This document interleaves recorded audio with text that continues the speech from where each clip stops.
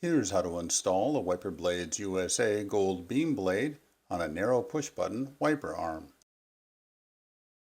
First, prepare the vehicle by placing a piece of cardboard or floor mat under the driver's side wiper to prevent damage to the windshield. Begin with the driver's side wiper. Locate the button on your wiper arm. With one hand, firmly press down on the button, while the other hand firmly pulls the wiper out of the wiper arm slot. Select the longer blade in the set. This is usually for the driver's side. First, let's confirm what type of push-button wiper arm you have.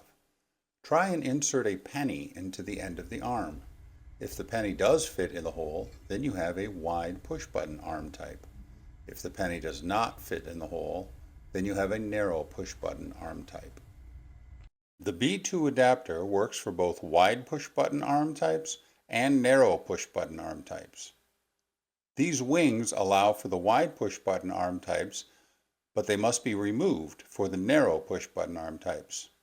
To remove them, use your fingers or pliers to grab and pop out the wings. Then twist them until they break off.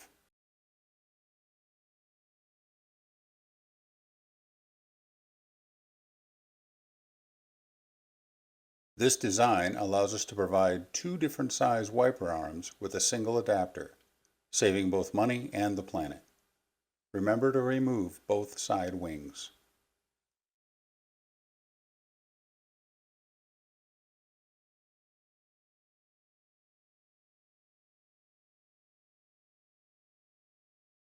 Now this B2 adapter is ready to be received by a narrow push-button arm.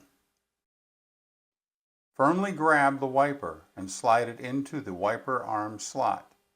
Be sure the button latches into the wiper arm hole.